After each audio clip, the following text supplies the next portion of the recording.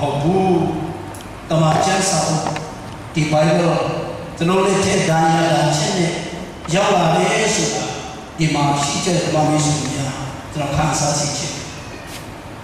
လွယ်လွယ်ကူကူနဲ့ရောက်လာတဲ့ဓမ္မကျမ်းစာမဟုတ်ဘူးခက်နဲ့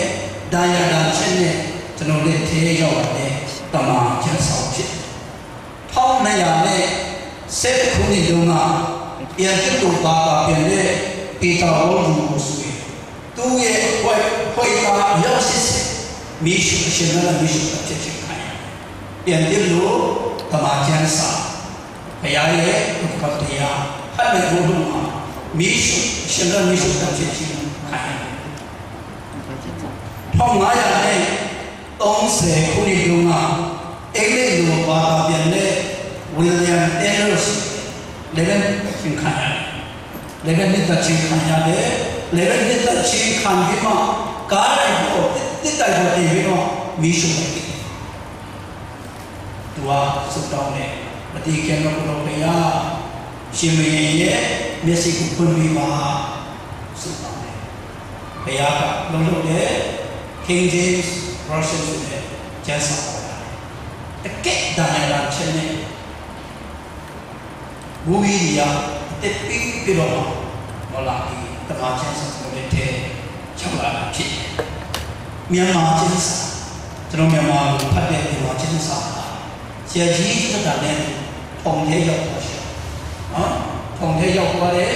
ကျွန်တော်ကျမ်းစာဆရာကြီးဆိုတာဘာသာပြင်တဲ့မြန်မာကျမ်းစာဆရာကြီးနဲ့သူပုံထဲရောက်သွားတယ်ပုံချက်ခံပြီးတော့ကျွန်တော်လည်းထဲရောက်လာတဲ့ကျမ်းစာဖြစ်တယ်1800နဲ့25မေဂနေမှာအေဝဖောင်ကနေအောင်ပလေထောင်ကိုဆေးစတာပြောင်းတော့တဲ့ချိန်အေးပြောင်းတော့ကာလာတဲ့တာမတင်နာစနာစေကောင်းနေစေချတာပဲအေဝထောင်ကနေအောင်ပလေခိုင်ပတ်တဲ့ချိန်မှာဆေးစတာပုတ်တော့ခါနေစတာဖက်လက်ပတ်စီချင်တယ်ခါစားတဲ့ခါစားချင်တယ်တူတပင်းလို့နော်ဘုရားတို့ခါနေအမေအေးချင်ပြောအဲ့ဒီချိန်မှာဆရာကြီးကျူတာဘာသာဖြစ်ထားတဲ့တမန်ကျမ်းစာဖယားရှင်ကိုယ်ကာလို့အမိုက်ပုံတွေရောက်ကျွန်တော်ကျမ်းစာထောင်ထဲရောက်သွားတယ်အမိုက်ပုံတွေရောက်သွားတယ်အဲ့ဒီချိန်မှာဦးအင်းမှာဒီတမန်ကျမ်းစာမြန်မာဘာသာပြန်တဲ့တမန်ကျမ်းစာအမိုက်ပုံတွေပြန်ကောက်ချစ်ဒီနေ့တမန်ကျမ်းစာဒီမှာတမန်တကူရှိတယ်စာအုပ်ဖြစ်တယ်လုံခြုံရေးဘူပြီးဒီအသက်ပေးပြီးတော့မှကာကွယ်ပြီးတော့မှအဖို့ခပြီးတော့မှပြီးပြီးတော့မှကျွန်တော်တို့ထဲရောက်လာတဲ့တမန်ကျမ်းစာဖြစ်တယ်။ဒါကြောင့်ဒီတမန်ကျမ်းစာဟာဖယားနဲ့ဆိုင်တဲ့တကူရှိတဲ့ရာပုဂ္ဂိုလ်အနာယူတဲ့စာအုပ်ဖြစ်တယ်ဆိုတော့ကျွန်တော်တို့နဲ့ပေါ်ပြချင်တယ်လူကိုပြောင်းလဲစတော့စာအုပ်ဖြစ်တဲ့အသက်ပြီးတော့တမန်ကျမ်းစာပဲဖြစ်တယ်တက်တာအချင်းတက်တာများစုစာအုပ်တက်တာဝေးစုစာအုပ်အလောင်းရစုစာအုပ်ရာသူများစုစာဖြစ်တယ်ဆိုတာကျွန်တော်ဒီနေ့အားလုံးမြင်အားရှိအဲ့ဒါကြောင့်ဒီတမန်ကျမ်းစာကိုပေါ်တာအစီအစဉ်နော်သူများဘယ်လိုလဲကြိုက်ဘယ်လိုပဲလုပ်လို့ကျွန်တော်လက်ထဲတမန်ကျမ်းစာရောက်လာဟိုကအပူကများဆိုပြီးပြီးတော့မှဒိုင်ရန်ဒန်ချင်းနဲ့ကျွန်တော်စီရောက်လာခြင်းဖြစ်တယ်ဆိုနည်းနည်းလေးနဲ့ခံယူဖို့ပြောချင်တယ်အခါတော့ကျွန်တော်မင်္ဂလာလို့အတင်းတော်မှာကျွန်တော်တို့တင်းထောက်လို့ချစ်တဲ့ဘာကကား accident ဖြစ်သွားတယ်ကဘာကြီးကြားတဲ့ပုံမှာသူကကား driver နော်သူမောင်းတဲ့ကား accident ဖြစ်သွားတယ်ကိုယ်ချစ်ပြီးလူခဏတည်သွားတယ်ပေါ့ပုံမှန်တည်တယ်လူခဏတည်သွားတယ်သူအဲ့ချိန်မှာဘုန်းတော်ပြင်မှာကိုယ်ဝင်တော့သူလည်းစိတ်မနှံ့ချသွားတယ်ဒါပေမဲ့ပြန်ကောင်းလာတဲ့ချိန်မှာသူဘာပြောလဲဆိုတော့ကျွန်တော်ကျန်းဆောင်ဟာထောင်ကြတယ်တဲ့ကျွန်တော်တစ်တာထဲမှာထောင်ကြတယ်တဲ့ကျွန်တော် accident ဖြစ်သွားပြီးနည်းနည်းတရိယာလာတဲ့ချိန်မှာကျွန်တော်ကျန်းစာကိုတရိယာပြီးတော့မှထောင်ကျနေတဲ့တာထဲကျွန်တော်ထုတ်ပြီးတော့မှကျန်းစာကိုထိုင်ဖတ်တယ်ဆိုတော့ဒီနေ့ကျွန်တော်ကျန်းစာကိုထောင်ကျနေတာကျွန်တော်ဘေးမှာရှိနေတာကျွန်တော်တုံးနေတာကျွန်တော်ဖန်နေတာ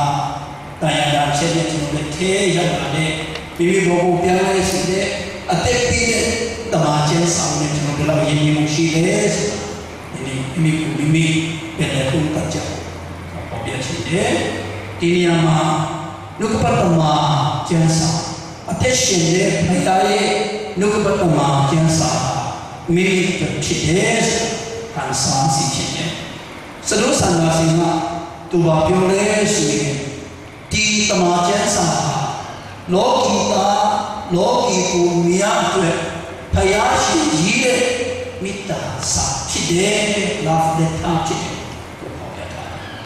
ဖယားလောကီ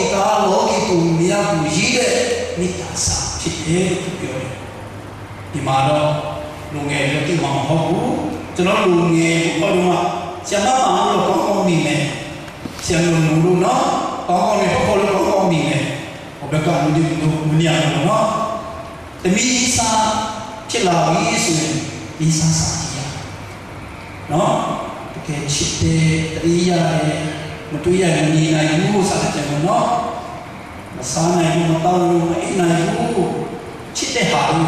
စာကြီးပြီးတော့အောင်တွေ့ရတဲ့ဒီခိုင်ဒါကြီးရဲ့စာတွေမှာတဏှာမှာဖြစ်တဲ့ຢာတွေပါ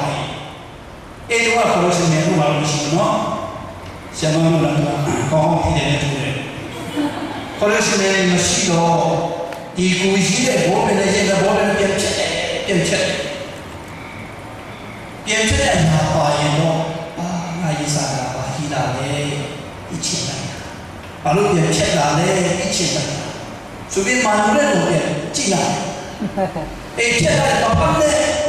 ဆိုပြီးမှချက်လာတဲ့ညာမှန်လို့လည်းကြည့်လိုက်ရောင်နေရရေးစားဖို့ဝါလို့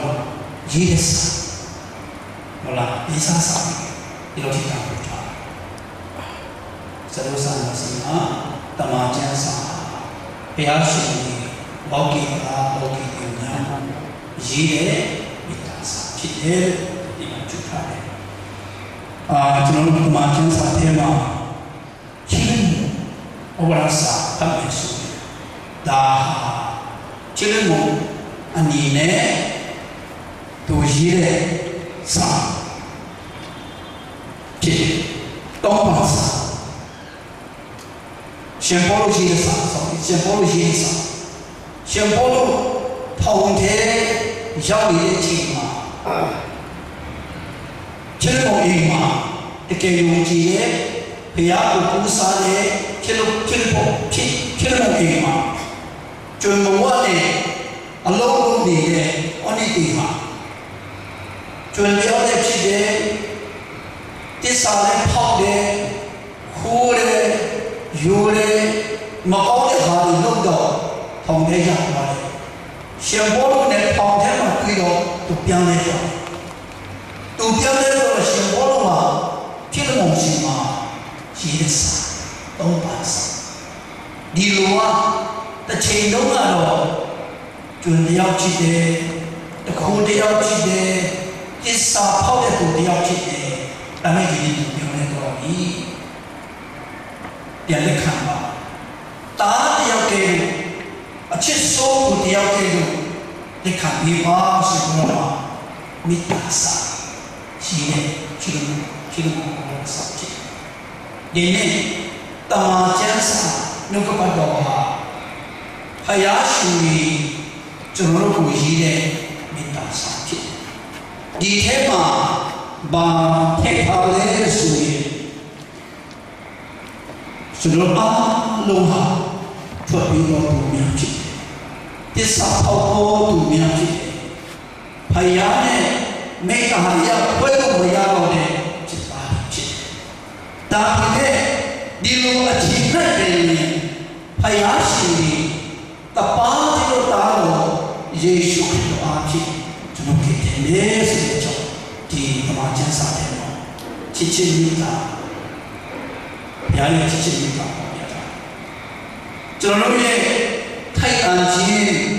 ကြိုးစားခြင်းပြီးလို့နိုင်ခြင်းမဟုတ်ဘဲနဲ့ဘုရားရဲ့မြတ်တာအဖြစ်ဒါတော့ဒီလောကကိုစီးတာဒါတော့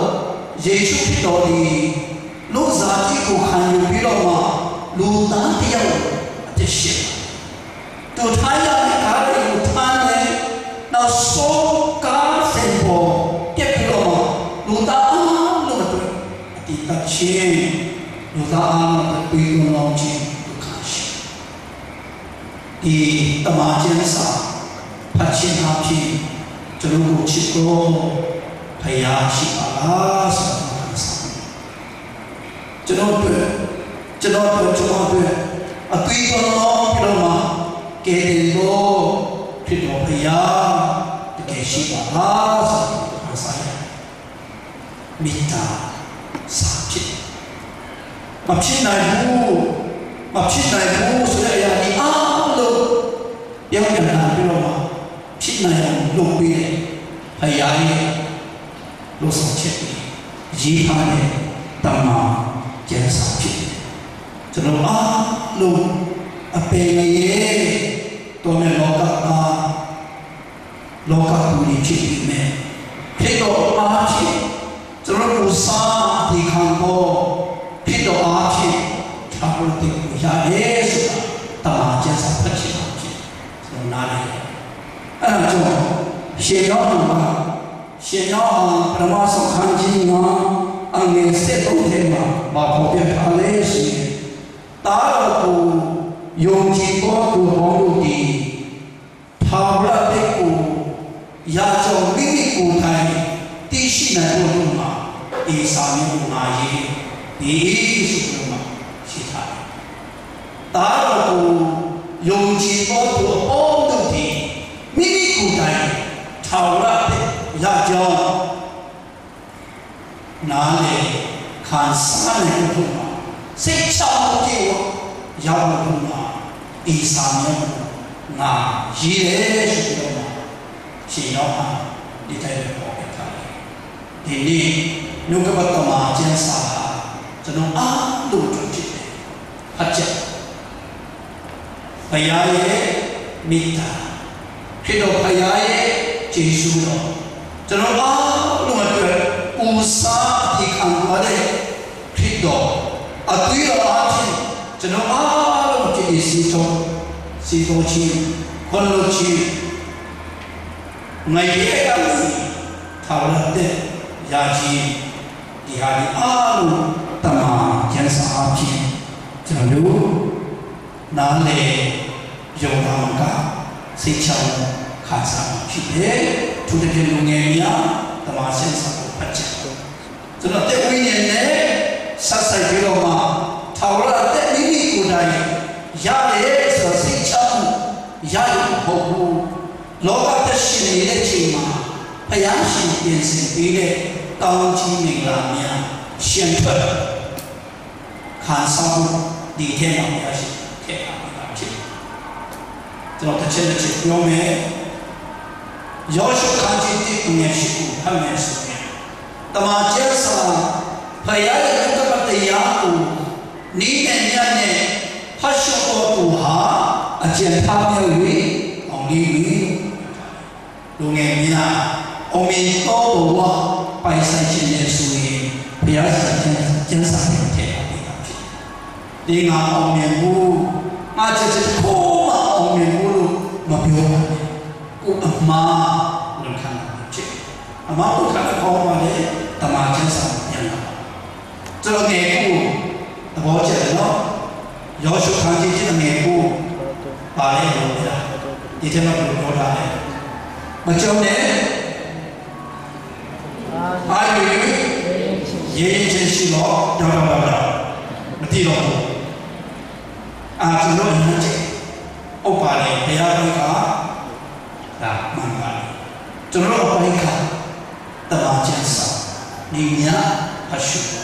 ဒါအကျဉ်းထားလို့ အောင်မြင်ခြင်းဘဝပိုင်ဆိုင်မှုဘုရားရှင်ပေးတာထိုးခွင့်ဖြစ်တယ်ဆိုတာနားစီခြင်းကျွန်တော်ပြောမှုတဲ့လူတွေဒီမှာလည်းကျွန်တော်ပြောမှုတဲ့စပူမှုတရားဖြစ်တဲ့မစ္စတာဂျော့ချ်ဝါရှင်တန်ခါရိုင်တက်တီခံတဲ့စာအုပ်ကျွန်တော်ဖတ်တယ်သူကတက်တီခံတဲ့စာအုပ်လေးထဲမှာပြောလဲဆိုတော့သူကပဲနဲ့ဘာလဲအာလုံးနဲ့မြေပဲနဲ့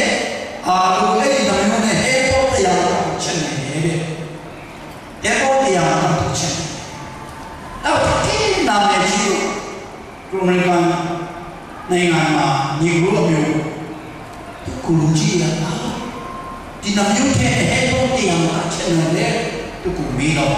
ဘယ်လိုရှိလဲဆိုတော့တမန်ကျမ်းစာဖြစ်တယ်ပြောအဲ့ဒါဆိုရင်တမန်ကျမ်းစာထဲမှာ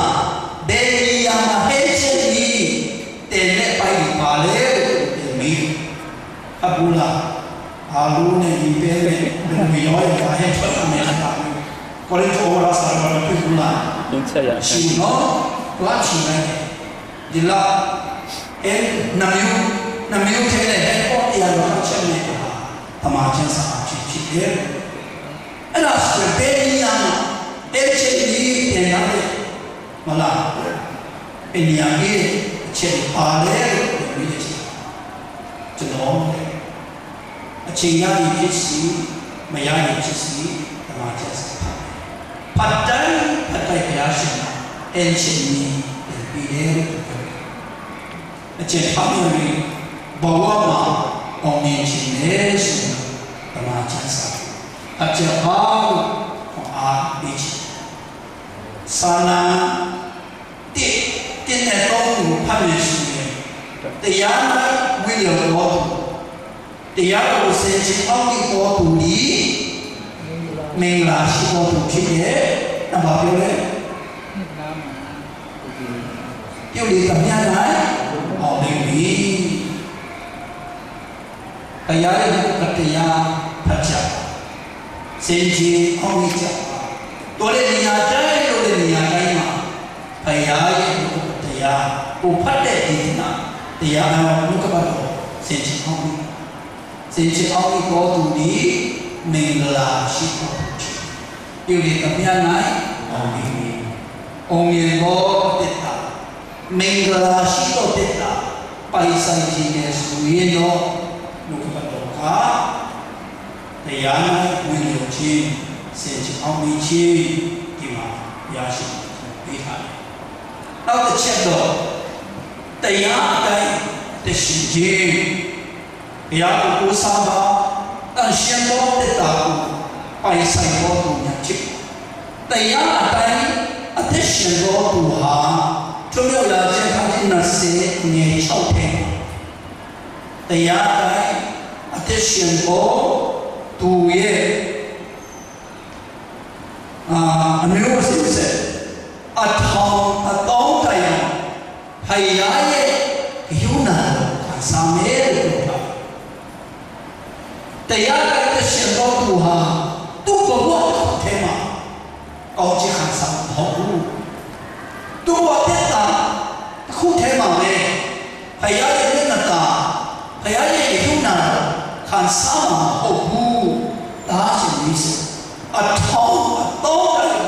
ဒီကောင်းချီးကိုခံစားမှုဘုရားစကားတော်ထဲမှာထဲပါဖြစ်တာဖြစ်တယ်ဒီနေ့ချစ်တော်မောင်မေဆွေများ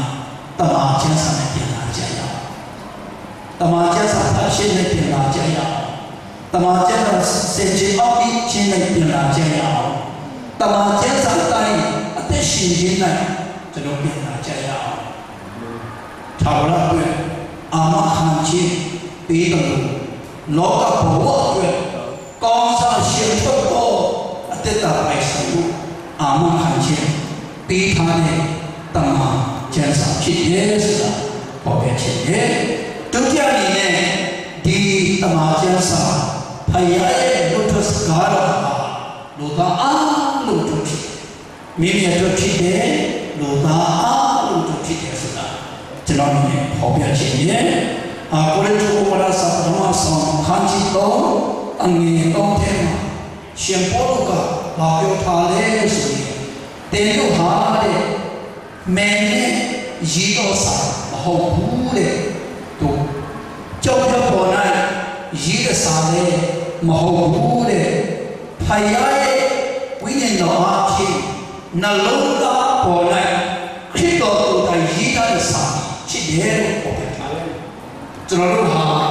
ဖယားကိုယ်တိုင်သူများဖတ်လို့ရအောင်သူများတို့ဒီဆောက်ဆရာကျွန်တော်ရည်ထားတဲ့စာဖြစ်ဖယားရဲ့စာဖြစ်သူများကကျွန်တော်ကိုတွေးလိုက်တော့ဒီလိုဟာအသက်ရှင်ဖို့ဖယားကိုကိုယ်ကိုပါအခြားလူတွေနဲ့ကျွန်တော်ပါလားနေတာထိုင်တာပြောတာဆိုစာဖြစ်ကျွန်တော်အားဖြင့်ဖယားရဲ့အလေးလေးဖယားရှိအလိုဖြစ်တယ်ဆိုတာကျွန်တော်အနေနဲ့ပေါ်ပြဖြစ်တယ်အဲ့ဒါဘုရားရှင်ကြီးကျွန်တော်အားလုံးဟာလောကအတွက်အလေးချစ်ဖို့ကျွန်တော်ရေကောက်ချင်ခံရတဲ့များချစ်တယ်ဒီဒုက္ခပတ္တမကျမ်းစာကျွန်တော်တို့တော့မဟုတ်ပဲနဲ့ဖန်ဆင်းခံရတဲ့လူသားအားလုံးချစ်တယ်ဆိုတာဝိညာဉ်ဘုရားရှင်ချစ်တယ်ဆိုတာပေါ်ပြချင်ရှင်ယောဟန်ပြုတဲ့အခန်းကြီး1အငယ်1ကနေ3ကိုဖတ်မယ်ဆိုရင်လူကပတ်တော်ဟာဖယားနဲ့အတူရှိတယ်တဲ့သူလူကပတ်တော်ဟာဖယားကိုချစ်တယ်သူလူကပတ်တော်ဟာအသက်ရှိတယ်လူကပတ်တော်ဟာအလင်းရှိတယ်သူလူကပတ်တော်ဟာယေရှုချစ်တယ်ကျွန်တော်တို့ပြောတဲ့နှုတ်ကပတ်တော်တမန်ကျမ်းစာယေရှုဖြစ်တယ်ရှင်ယောဟန်အခန်းကြီး1အငယ်1ကနေ3ထဲမှာပေါ်ပြထားတာတွေ့ရတယ်အဲ့ဒါကြောင့်ဒီနေ့ကျွန်တော်တို့နှုတ်ကပတ်တော်ဖြစ်တဲ့ယေရှုဖြစ်တော်ဟာကျွန်တော်တို့တော့မဟုတ်ဘူးလောကီကိုအားလုံးတို့ဖြစ်တယ်ဆိုတာကျွန်တော်ခန်းစားနားလည်ပြီးတော့သူတော်ဘာလို့လဲသူတော်ဘာအပေါ်မှာကျွန်တော်ဝီမြတ်ဒါရေးကြည့်တယ်ယေရှုအားဖြင့်ပါလေအပြစ်လို့ချစ်ရှိတယ်ယေရှုအားဖြင့်ပါလေအသက်ရှိတယ်ယေရှုအားဖြင့်ပါလေသာဝရကောင်းကင်ကိုဝန်ဆောင်ရှိတယ်ဆိုတာကျွန်တော်ဝီမှာတက်တဲ့ခါဘုရားရှိချစ်ကျိုးစားခြင်းပေးလို့ခြင်းအားဖြင့်မဟုတ်တဲ့ယေရှုအားဖြင့်ကိုယ်စားအဖြစ်ခံတဲ့ယေရှုအားဖြင့်ပါလေအပြစ်လွတ်ခြင်းရှိတယ်ယေရှုအားဖြင့်ပါလေအသက်ရှိတယ်ယေရှုအားဖြင့်ပါလေသာဝတ္တဝါဆောင်ရှိတယ်ဆိုတာကျွန်တော်တို့ဝိမာတက်တဲ့ခံဒါဒုက္ခတော့ပေါ်ပြထားပြီးမရဖြစ်အဲ့ဒါဒီချစ်တော်ဓမ္မမစ္စများတမန်ကျမ်းစာဖြစ်တဲ့ယေရှုခရစ်တော်နှုတ်ကပတ်တော်ဖြစ်တဲ့ယေရှုခရစ်တော်ကျွန်တော်တို့ချစ်တယ်လို့ဘုရားကပြောတယ်နှုတ်ကပတ်တော်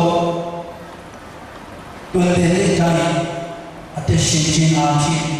ဖယားတော်ထင်ရှားဖယားရှိဖတ်တော်ရှိနေတယ်လေးလေးဆိုတဲ့ကလေးတယောက်တည်သွားတယ်သူတည်သွားတော့အတူပါချက်တဲ့အချိန်မှာသူ့ကိုကုသပေးတဲ့ဆရာဝန်ကြီးပါရဂူကြီးဆရာမတွေလာပြီးတော့အဲ့ဒီကလေးလေးကိုကာရောပြုတယ်လူတွေအားအောင်တယ်ပါချလို့လေလူကြီးလည်းမဟုတ်ဘူးယာတိယာခံရှိတာလည်းမဟုတ်ဘူးဒီကလေးတယောက်တည်တာဘာလို့ပါရဂူကြီးဆရာဝန်ကြီးလာပြီးတော့သူ့ကိုပြုတာလေသူ့ကိုကာရောပြုတာလေလူတွေမေးကြဆရာဝန်ကြီးကပါဘယ်လိုပြောလဲဆိုတော့ဒီကလေးလေးဟာသူတို့ပြုစေလို့မှာစီလာကိုတောက်နေတဲ့အချိန်မှာသူ့နာမှာအသေးရောခံတဲ့အသေးခံရှိတဲ့သူတယောက်ကိုသူ့ရဲ့အသေးဘယ်လိုပြောမှတကယ်ကြောက်ကရောခံတဲ့ ပြီးတော့အတိတ်ကြီးအဲ့ဒါကြောင့်ဒီလိုကလေးမျိုးသူတို့စီစဉ်မှာမတွေ့ဘူးလို့ဒီကလေးမျိုးကိုသူချစ်ဖြစ်တယ်ဆရာကပါဟောပြတယ်ဒီချစ်တော့ဒီကမမမြာကျွန်တော်ရဲ့တက်တာဟာဘုရားရှင်ကြီးကဲလူအပ်တဲ့ပျော်စုသောဝိညာဉ်များကဲဘုရားရှင်ရှိတယ်ဆိုတာကျွန်တော်ရဲ့ဒီမှာဖြစ်တယ်တရှင်တော်ဘုရားရဲ့နှုတ်ကပတ်တော်ဟာကျွန်တော်တို့ဖြစ်တယ်တို့တော့ပါတို့ဖြစ်တယ်ဆိုပြီးတော့မှကျွန်တော်ခံယူတယ်တို့တော့ပါဆိုမခံစားတတ်တဲ့နှုတ်ကပတ်တော်အားဖြင့်အသက်တာပြောင်းလဲခြင်းမရှိတဲ့သူများရှိမှာအလဲကဲတဲ့နိုင်တော့ပျော်ဆိုးသောဝိညာဉ်များကိုယ်တော်ဘာလို့ပူဆောင်လိုက်တော့ယုံကြည်သူများဖြစ်နေဖို့မှာအရောက်စီတိုင်းရရှိကောင်းချီးပေးပါစေ။ကျွန်တော်ဘယ်တော့မှဘဝနဲ့ခင်လေမှာအားလုံးကြည်တော်ချီးမွမ်းစကားကိုဒီငယ်ချီးဖို့ဖိတ်ခေါ်ခြင်းနဲ့ပထမနေ့နဲ့ကျေးဇူးတော်ချီးမွမ်းခြင်းကိုဖိတ်ခေါ်ခြင်းနဲ့သောစာကျွန်တော်ပေါ်ပြတော်တဲ့တိုင်းရဲ့ဖြစ်တော်ကမရှိခဲ့တဲ့ဝိရောင်လာလေရှိမှာမဟုတ်ဘူးအပြစ်လို့ချင်းတာမရှိရလေကျွန်တော်ဝိရောင်လာလေရှိမှာမဟုတ်ဘူးဖြစ်တော်ရဲ့ကျွန်တော်ကိုယ်စားအတိခံခြင်းကျေးဇူးတော်ကြောင့်ကျွန်တော်ဒီတဲ့ကောင်းကိုမကြားလိုက်ဘူးမလက်ခံလိုက်ဘူးဒီတဲ့ကောင်းကိုမကြုံလိုက်ဘူးဆိုရင်လည်းကျွန်တော်ဝိရောင်လာဒီရှိမှာဒီနေ့ဝိရောင်လာခံယူနိုင်ခြင်းရကျေးဇူးတော်တဲ့ကြောင့်ဖြစ်တယ်ဆိုပြီးတော့ကျေးဇူးတော်ရှိနေတော့ဝိရောင်လာပြင်ဆင်ပြီးတဲ့ဖြစ်တော့ဘုရားကျေးဇူးတင်တဲ့ကျေးဇူးတင်ကြောင့်ပေါ်ခဲ့ရကျေးဇူးတော်ရှိနေရဒုက္ခရည်နဲ့ကျွန်တော်ပါဖိတ်ခေါ်ခြင်းလဲဆိုကျွန်တော်မနေ့ကသုတော်ခြင်းပါလဲပါလေမြန်မာနိုင်ငံမြစ်ချင်းပြည်အောင်တဲချုပ်ကြီးရဲ့တရားဝင်ကြီးရထားတဲ့သုတော်ကိုအချက်ရှိတယ်မတော်ပြီးပါကိုလက်ရှိအချိန်မှာမော်လမြိုင်မှာရှိတဲ့ကရင်ပါဒနာနဲ့ဘေးမှာတော့ဝင်းထဲမှာစီတီဆောင်နေတယ်လောကဲရဲရဲချင်းတဲ့တရားဝင်ဆောင်နေတယ်ဘုရားတော်ကိုယ်တိုင်လို့ဆောင်တယ်အနိကဝရကတိနဲ့ဆောင်တယ်ဒီကိစ္စဟာမြန်မာနိုင်ငံ MBC အနေနဲ့ခွဲပြီးတော့မှဒီဟာပိုင်ကိုပြင်ဆင်နေတဲ့ချိန်ဖြစ်တယ်ကြီးကြီးမားမားပြတ်တယ်မဖြစ်သွားပဲနဲ့အေးစီစီဖြစ်သွားဘယ်လိုစုပေါင်းလို့ပေါ်တဲ့ချိန်နဲ့ဘောပေါက်တဲ့ချိန်နဲ့မော်လမြိုင်မှာပြည်ပါဒနာနဲ့မိမတော်ဝင်းထဲမှာစီတီဆောင်နေတယ်ဒါနဲ့ပတ်သက်လို့နည်းနဲ့မပြေလည်လို့ရှိတယ်ဒါအားလုံးပြေလည်လို့ကျွန်တော်စုပေါင်းဖို့ MBC နဲ့ကျွန်တော်ကိုယ်ပေါင်းတဲ့ပါတီအရေးစုပေါင်းဖြစ်တယ်နောက်ပြီးတော့မှကျွန်တော်လူလာတဲ့ဘုရားရှိခိုးရတဲ့ချိန်မှာလုံးဝမလွန်လပ်တဲ့ဘုရားရှိခိုးခွင့်မရတဲ့ရှိတယ်ဒီရောက်ဝင်ချင်တယ်ကျွန်တော် Facebook မှာတော့ဖန်နေနေချင်တယ် HP မှာမြို့သမီးတယောက်ကကျန်းဆောင်ဖို့ဖတ်တယ်ကျန်းဆောင်ဖို့ဖတ်တော့ကွန်ပျူတာတွေ့တယ်လို့အစ္စလာမ်ဘာသာဝင်ကြီးတို့မြို့သားမှာတွေ့လိုက်တော့တို့မြို့သမီးကိုချစ်ချစ်တပ်လိုက်ဘာလို့ဒီကျန်းဆောင်ဖတ်လဲဆိုတပ်လိုက်တာကိုသူသမီးလေးနေရာမှာတွေ့သူသမီးလေးနေရာမှာတွေ့တော့သူသမီးလေးနေရာကဖြစ်တဲ့အရာတွေမျက်စိအောက်မှာတွေ့နေတော့တလည်းပေါက်ချမ်းလဲဆိုတော့သူသမီးလေးနေရာမှာထပ်တက်လိုက်တော့တချို့လိုက်ဇာတချို့လိုက်တယ်နောက်တစ်ပတ်လောက်ကြာတော့သူအိမ်နာလူငယ်လေးကဖုန်းသွားတယ်အိမ်နာမှာတော့တချို့ဒီကိုတဲ့ချိန်မှာအဲ့ဒီခရီးနေရာမှာတက်ရှိနေတယ်ပြန်တွေ့တဲ့ချိန်မှာအဲ့ဒီခရီးအကြီးစကားကောင်းပြောတတ်နေပြီသူ့ကိုမီးလိုက်တော့ဘယ်လိုတက်ရှိလဲပါဠိဖြစ်သွားတဲ့ဇာတ်ကိုပြောပြလိုက်တော့သူဘိခဲသူဖေးအဖြစ်လိုက်တယ်သူညီမမြောက်တယ်အဖြစ်လိုက်တယ် ဒီလိုတက်ချက်ပြီးတချို့ပြီးတဲ့အချိန်မှာဝတ်လို့အဖြူဝတ်ထားတဲ့နှခမ်းမရှိစီတရားကမဲတတ်တဲ့နာကျွေးတယ်မဲတတ်တဲ့နာကျွေးတယ်သူဒီမှာတမီးအငယ်ကဒီမဲစားတတ်တဲ့မဟုတ်ဘူးမိခင်မှုစုတဲ့ပဲချစ်တော့သူချက်တော့ဘယ်လိုဒီမဲကျွေးတယ်သူဘယ်လိုလဲရှင်လဲသူပြီးအဲ့ဆိုတော့ဝတ်လို့ဖြူဝတ်ထားတဲ့နှခမ်းမရှိစီကအဲ့လိုညီမငယ်ရဲ့လှုပ်ဆောင်တဲ့ချိန်မှာမိခင်ကြီးကတင်းလို့ပြီးတော့မှထားခိုက်ပြီးတော့တိုက်ခိုက်တယ်မနေ့ကဆိုတော့ပြတာဒါတရားဝင်ကြည့်ရတာဒီနေ့လောလောလတ်ဘုရားရှိခိုးဘုရားနဲ့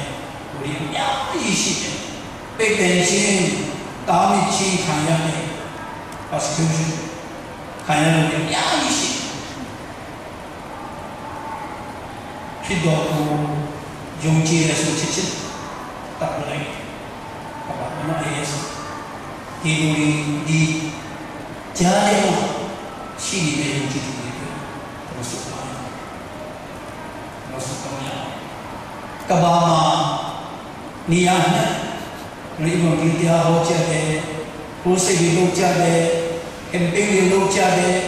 မလားဒါဒီအားလုံးတရားပြောမှာတရုတ်ပြည်တော့အဖြစ်ဖြစ်နေလုံထားပါပြီလို့သိရတယ်။တစ်ချိန်လုံးကတရုတ်နိုင်ငံမှာရှိတဲ့ယုံကြည်သူတွေကမီးအောင်မှာရှိတယ်။ယုံကြည်သူဖြစ်တယ်ဆိုတော့မပြောရင်မီးအောင်မှာရှိတယ်။ဝဲတော်နေလာဝန်စားတဲ့ချိန်ကြရင်ဒီလိုဒီလိုဝဲတော်မင်္ဂလာကိုစားလို့မရဘူး။ဘုံမုန်းဒီစပင်းကြီးအစားတော့ခန္ဓာအတူရတာအစားလို့ပုံလေဒီမုံလေးလုံးပြီးတော့ခန္ဓာမှုစားလို့စားအတူရတော့စားဒီလိုရည်လေးကိုထည့်ပြီးတော့တောက်ရတယ်ဒီလိုခဲနဲ့ဘုရားရှိခိုးတဲ့ဝဲတော်မင်္ဂလာနဲ့ယုံကြည်မဆုတောင်းရဓမ္မကျင့်တဲ့အားလုံးကျေးဇူးတော်ရှင်များယေရှုခရစ်တော်အားဖြင့်ရတဲ့ပြုလုပ်ခြင်းရတဲ့ခြင်းဖြစ်တော်အားဖြင့်ရတဲ့ထောက်ပံ့တဲ့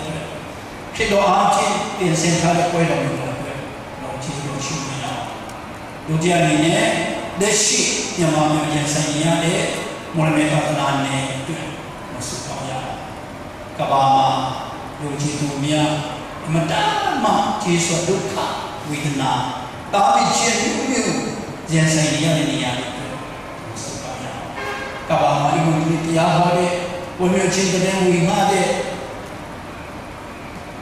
နေရာစက်ကတဲ့လူတွေတော့ကျွန်တော်အားလုံးမတင်ရစက်ကကြရအောင်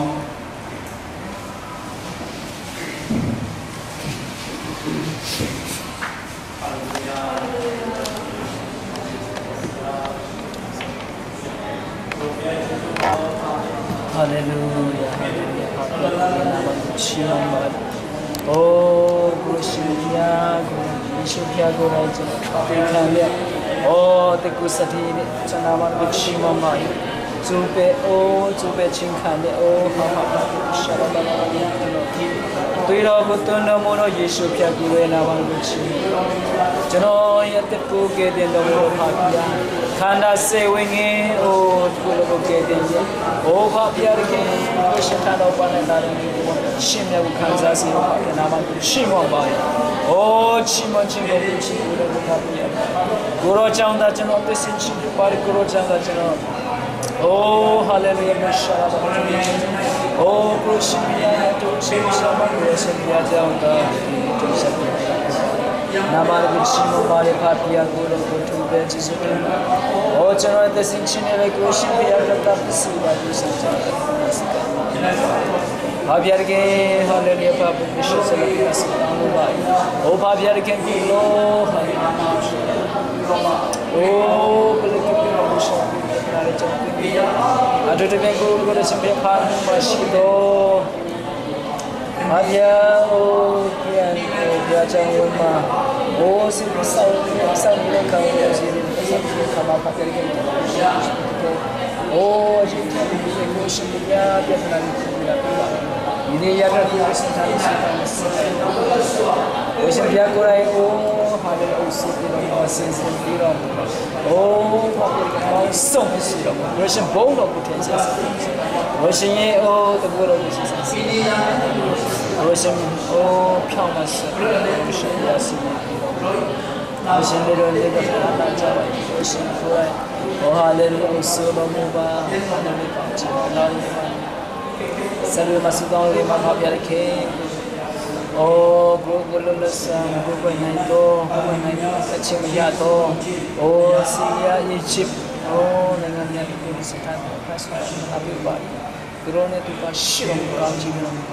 개개를 말하는 신비한 것이 지금 감싸서 거꾸로 나기 날 치나이로 들어서 정치도 그냥 그래 두고 왔으면 무슨 가운지 있구나 인대원 같이 것이 오 시계면 무슨 아이씨